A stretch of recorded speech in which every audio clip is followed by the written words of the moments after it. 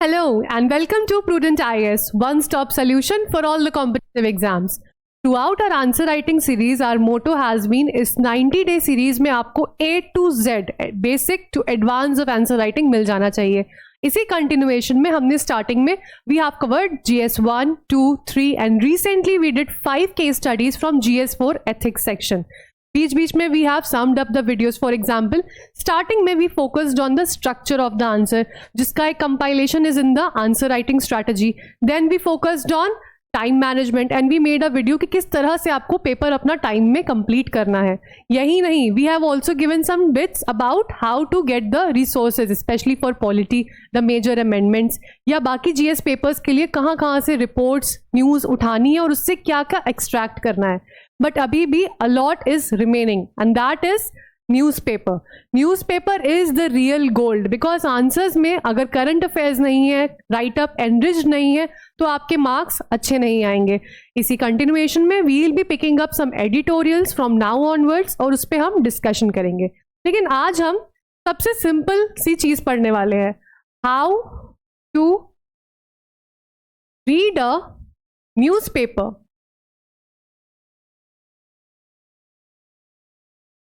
और with answer writing in mind. अब newspaper पढ़ने में यूजुअली बच्चे 2 घंटे 3 घंटे भी लगा देते हैं और उसके बाद भी एक ढंग का आंसर नहीं लिख पाते हैं. अगर आपको भी 2 घंटे पेपर पढ़ने में लिख रहे हैं एंड आंसर में आपका कोई एनरिचमेंट नहीं है, then stop, you are doing it wrong. Newspaper पढ़ना मैक्सिमम 40 to 45 मिनट्स का टास्क होता है. Then you will start studying newspaper in the smart UPSC way. इसी के बारे में आज हम डिस्कस करेंगे. First I will be telling about what not to read. ये ज़्यादा इंपॉर्टेंट है because most of the students starting में टेम्प्ट हो जाते हैं इन्हीं चीज़ों से. अब किसी मिनिस्टर का कोई ट्रांसफर हुआ है, कोई पॉलिटिकल झगड़ा हुआ है यूपीएससी को, उससे कोई फर्क नहीं पड़ने वाला है, ठीक है. तो उस सारी पॉलिटिकल न्यूज़ को सबसे पहले हमें कट कर देना है. देन स्टेट में इलेक्शंस हो रहे हैं, एक पेज पूरा डेडिकेटेड होता है स्टेट इलेक्शंस का. जब तक कोई नया पॉलिसी, कोई रिफॉर्म, कोई यूपीएससी से रिलेटेड न्यूज़ नहीं है ना, उस सबको भी कट कर दीजिए. पेज 3 सो कॉल्ड सेलिब्रिटी वाला पेजेस, ठीक है, किस क्रिकेटर की शादी हो रही है यूपीएससी में, ये सब नहीं पूछा जाएगा. इस चीज को तो आप अपनी मेमोरी से ही डिलीट कर दीजिए. So all the celeb newses are not of importance. अब अगर इतना सब कुछ कट जाएगा तो हम पढ़ेंगे क्या न्यूज़पेपर में? What to read. न्यूज़पेपर को स्मार्टली पढ़ने के लिए सबसे पहला काम आपको करना है सिलेबस रटना है. मैंने फर्स्ट सेकंड वीडियो में ही स्टार्ट करा था कहना कि सिलेबस पहले याद कर लेना है, उसके बाद ये सीरीज देखनी है, उसके बाद ये आंसर राइटिंग करनी है. न्यूज़पेपर पढ़ने के लिए भी सबसे पहला criteria, know the syllabus. Along your syllabus you will read the newspaper. First thing will be scheme all the headlines.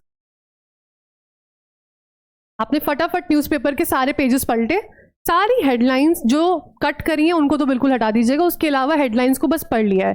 Headlines में आपको जो जो इंपॉर्टेंट लग रहा है, अब आप इंपॉर्टेंट चीज़ें कैसे ढूंढेंगे अक्रॉस योर जीएस पेपर्स, इसके लिए सिलेबस का पता होना ज़रूरी है. I will be telling some examples as well कि किस तरह से इंपॉर्टेंट न्यूज़ पिक करनी है. तो आपको उसको एक सर्कल कर देना है and then you will just go back to those news. अब उस न्यूज़ को भी कैसे पढ़ना है कि आप उससे ही एक दिमाग में आंसर राइटिंग में इंट्रो, बॉडी, कंक्लूजन अप्रोच रख लें, हम वो भी डिस्कस करेंगे आज. तो अब जीएस पेपर 1 की पहले हम बात करते हैं.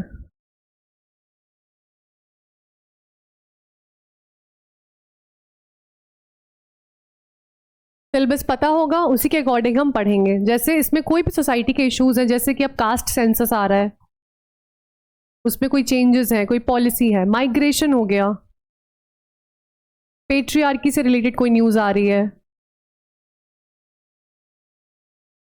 ठीक है. अब ये सारी news along with all the pointers of the syllabus हमें दिमाग में रखना है कि अच्छा जीएस 1 में ये चीज़ें आ सकती हैं, सिर्फ उनको पढ़ना है. उसमें भी जो इनवैलिड डिटेल्स है, बहुत ज़्यादा डिटेलिंग है, किसके बारे में, कौन सा गांव, इतना नहीं.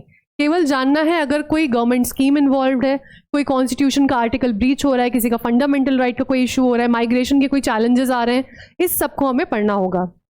Next up culture. अब इसमें कल्चर में किसी भी हेरिटेज साइट पे कोई इशू चल रहा है, किसी का रेनोवेशन हो रहा है, कोई वर्ल्ड हेरिटेज साइट आई है, तो ये सारी चीज़ें भी हम ध्यान रखेंगे. This is just a sample. आप इसको एग्जॉस्टिव लिस्ट कैसे बनाएंगे जब आप सिलेबस को डिटेल में पढ़ेंगे. ज्योग्राफी में अब ज्योग्राफी का बहुत ही इंपॉर्टेंट सेक्शन क्या है, मैपिंग।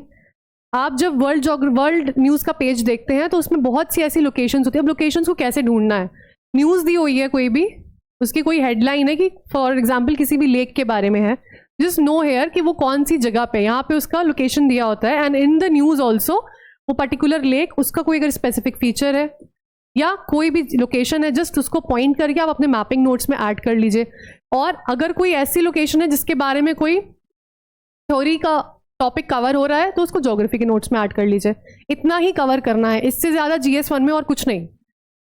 GS2 की बात करें अगर हम, अब GS2 में पॉलिटी में भी आजकल डायरेक्ट से ज़्यादा एनालिटिकल क्वेश्चंस आने लगे हैं, और कैसे भी क्वेश्चंस हो, आपको सुप्रीम कोर्ट वर्डिक्ट, ठीक है, कोई भी आर्टिकल कहीं पे वॉयलेट हो रहा है, कोई अमेंडमेंट आ रहा है, कोई भी केस लॉज हैं, तो ये सारा कुछ आपको कवर करना है। कहाँ से, न्यूज़पेपर से। कोई पॉलिटिकल डिबेट हो रही है, अब पॉलिटिकल डिबेट ये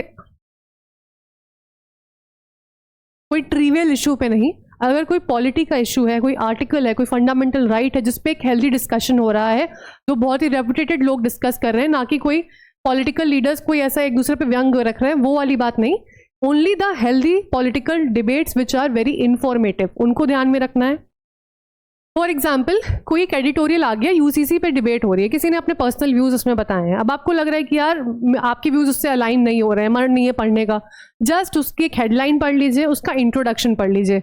अगर आपने UCC कोई डिबेट का एक इंट्रो ही पढ़ लिया ना, तो इससे आपका एक 15 नंबर का आंसर का इंट्रोडक्शन तैयार हो जाएगा, या फिर सेक्युलरिज्म पे आपको बहुत कुछ बोलने को मिल जाएगा।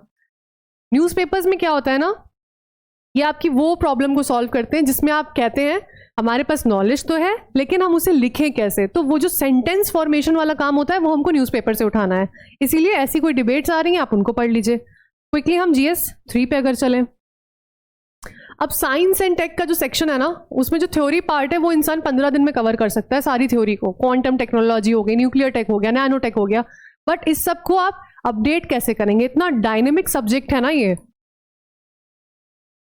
न्यूज़पेपर, कुछ कुछ न्यूज़पेपर्स में सेपरेटली डेज होते हैं जिसमें साइंस एंड टेक का सेक्शन आता है, उस सेक्शन में से बहुत सारी ऐसी डिस्कवरीज हैं, किसी कोई कहीं फिश पकड़ी है, कुछ नया कोई इन्वेंशन हुआ है, तो जो बहुत ट्रिवियल डिटेल्स हैं जिनको आप याद नहीं कर सकते उनको छोड़ दीजिए। कोई फ्लावर की, कोई प्लांट की डिस्कवरी हुई जिसको आपको लग रहा है मैं नहीं याद कर सकता, बट हाँ कोई इसरो का मिशन है, ठीक है, कोई बहुत ही एक इंपॉर्टेंट टेक्नोलॉजी है, या किसी टेक्नोलॉजी में कोई नया इनोवेशन हुआ है, स्पेसिफिकली एक इंडिजिनस इनोवेशन हुआ है DRDO की तरफ से, या इंडिया का सेल्फ मेड एक इनोवेशन है, तो इन चीज़ों को आपको याद करना है अलॉन्ग विद द सिलेबस। अब अगेन मैंने नैनोटेक की बात करी, ठीक है, नैनोटेक में एक नैनो जो भी टेक्नोलॉजीज के आ रहे हैं, फॉर एग्जाम्पल आपका हेल्थ में क्या क्या यूज़ हो रहा है, एग्रीकल्चर में कहाँ जा रहा है, हम लोग ने वीडियो भी बनाए हैं इस पर।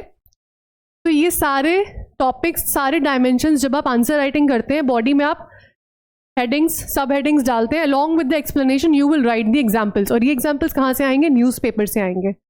Then coming to economy part, अब इसमें इन्फ्लेशन के बहुत सारे ट्रेंड्स आ रहे हैं, मॉनेटरी पॉलिसी चेंजेस आ रहे हैं, ये सब ट्रेंड्स, सारे चेंजेस को आप पढ़ के अपने आंसर को एनरिच कर सकते हैं। और साथ ही साथ आपको एक ना फंडा याद कर लेना है, that is issues over events and governance over gossip।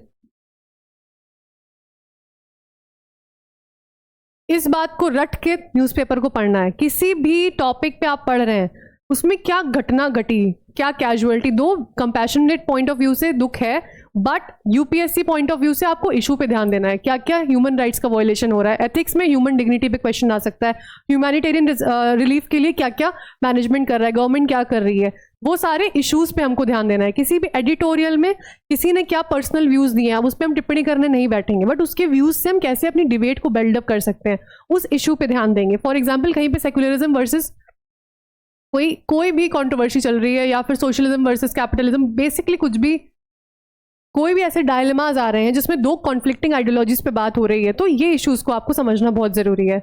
अब governance over gossip, of course कोई भी पॉलिटिकल गॉसिप हो रही है, किसी ने कोई भी स्टेटमेंट्स पास किए, सेलेब गॉसिप है, उन सब पे ध्यान नहीं देना है, ठीक है। बट अगेन अब CM और गवर्नर, दिल्ली का बहुत ही फेमस टॉपिक है ये, इसमें डिबेट होती रहती है जिसमें दोनों एक दूसरे को ब्लेम करते रहते हैं। तो हमें क्या वो बोल रहे हैं स्टेटमेंट्स पे ध्यान नहीं देना है, बट हमें समझना है कि चीफ मिनिस्टर और गवर्नर का यहाँ पे एक टसल हो रहा है, कॉन्फ्लिक्ट हो रहा है, इसके क्या क्या प्रोविजंस हैं। We'll just go back to the constitution, हम उसकी लीगैलिटी देखेंगे, स्टेप्स क्या हो सकते हैं इसको रिजॉल्व करने में, बिकॉज इस टॉपिक, इस इशू पे हम क्वेश्चन देख सकते हैं। So we'll focus more on the governance perspective than the gossip. कुछ ऐसे पॉइंटर्स को दिमाग में रखिए, of course you will sail through the paper. Now GS4 में एथिक्स।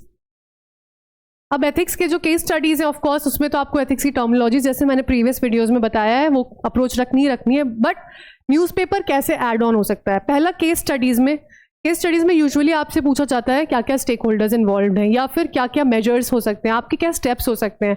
जब भी आप एडिटोरियल्स पढ़ लें या कोई क्राइसिस पढ़े तो हर उसमें एक पैटर्न दिया होता है जिसमें लिखा होता है कि government is going to take all these initiatives, या फॉर एग्जांपल वहाँ के एडमिनिस्ट्रेशन ने इनिशिएटिव लिए हैं, उनको पढ़ के आप उनसे सीखिए और वही चीज़ें आप अपने आंसर्स में लिख सकते हैं।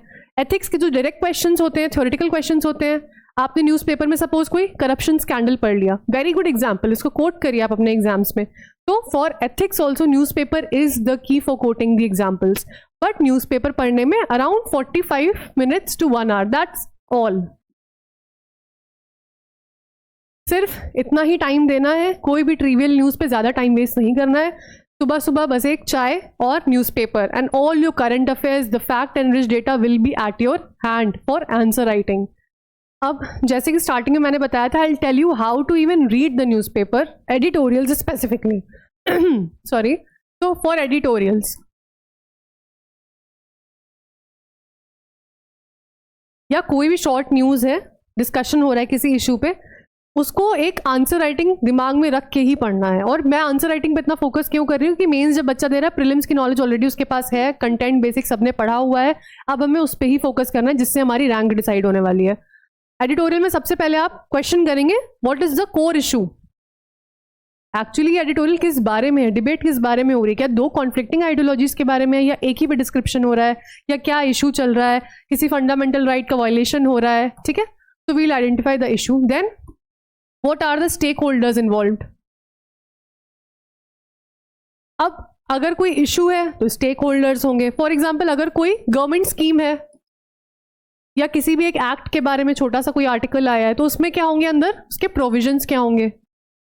ठीक है, अब उस एक्ट का क्या ओरिजिन है, क्या कंटेक्स्ट है, और ये रटना नहीं है, एक थ्योरी के दिमाग में समझिए कि अच्छा कैसी देश में स्थिति परिस्थिति थी, उसके अकॉर्डिंग वो एक्ट लाया गया और क्या उसके प्रोविजन से कैसे वो उस प्रॉब्लम को एड्रेस कर रहा है।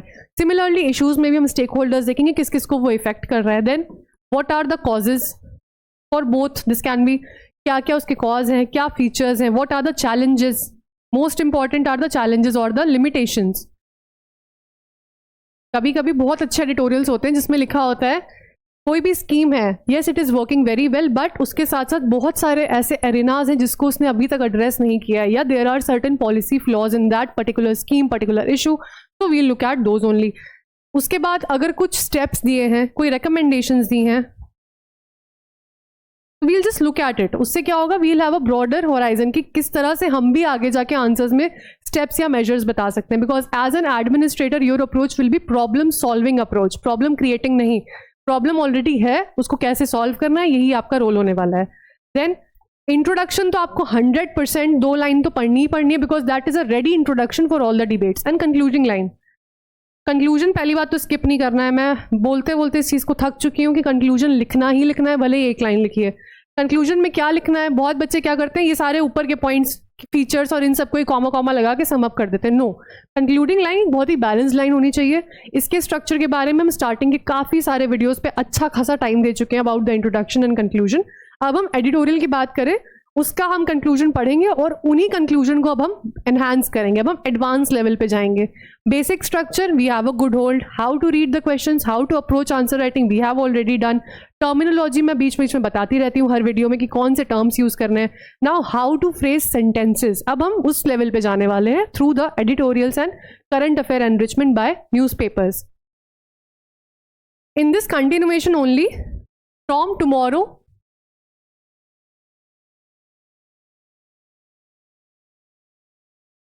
our videos will be on editorial analysis, हम डेली एक एडिटोरियल लेंगे which will be relevant from the exam perspective. उसको किस तरह से पढ़ना है, क्या क्या हाईलाइट करना है और कैसे उससे जस्ट 1 पेज नोट्स बनाने हैं जिसको रिवीजन भी कर सकें, क्योंकि यूजुअली आप बहुत लेंदी नोट्स बना लेते हैं और उसको रख देते हैं कहीं पे, दोबारा नहीं देखते हैं, एग्जाम भी निकल जाता है उस नोट्स को उठा के नहीं देखते हैं, दैट इज द रियलिटी। पर हमें ऐसे नोट्स बनाने जिसको पढ़ना एक बोरिंग टास्क ना हो। आंसर राइटिंग फॉर्मेट में होगा, जब आप क्वेश्चन पढ़ेंगे स्ट्रेट आपको अपना नोट याद आएगा, it will be easy to recall, to retain in your memory, and likewise you will be writing very good answers and mastering the craft of answer writing through our answer writing series. Thanks for watching.